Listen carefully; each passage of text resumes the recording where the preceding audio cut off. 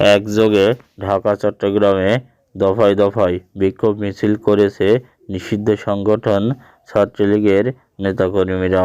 রাজধানীর জাতীয় সংসদ ভবনের সামনে, কাকরাইল মোড়ে এবং চট্টগ্রাম নগরের GC2 নম্বর গেট ও CRB এলাকায় বিভিন্ন শাখার ব্যানারে বিক্ষোভ মিছিল হয়েছে।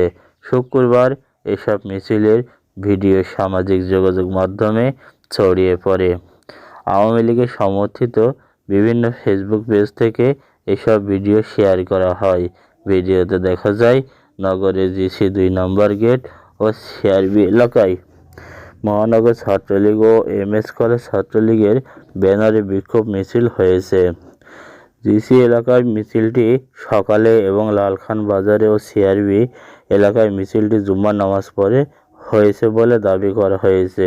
ফেসবুক পেজগুলো GC এলাকা থেকে শুরু হওয়া মিছিলটি গোলপাহাড়ে মোড়ের দিকে যেতে দেখা যায়। ওই MS কলেজ ছাত্রলীগের ব্যানারে কয়েকজন মিছিলে অংশ নেন। এই সময় তারা আওয়ামী লীগের সমর্থনে নানা স্লোগান দেন। চট্টগ্রাম মহানগর পুলিশের সহকারী কমিশনার আমিনুল রশিদ জানান, আমরা তদন্ত করছি। মিছিলগুলো ভিডিও দেখে জড়িত ব্যক্তিদের শনাক্ত করে আইনের আওতায় আনা হবে। Abu Saeed, AS20 TV, Dhaka.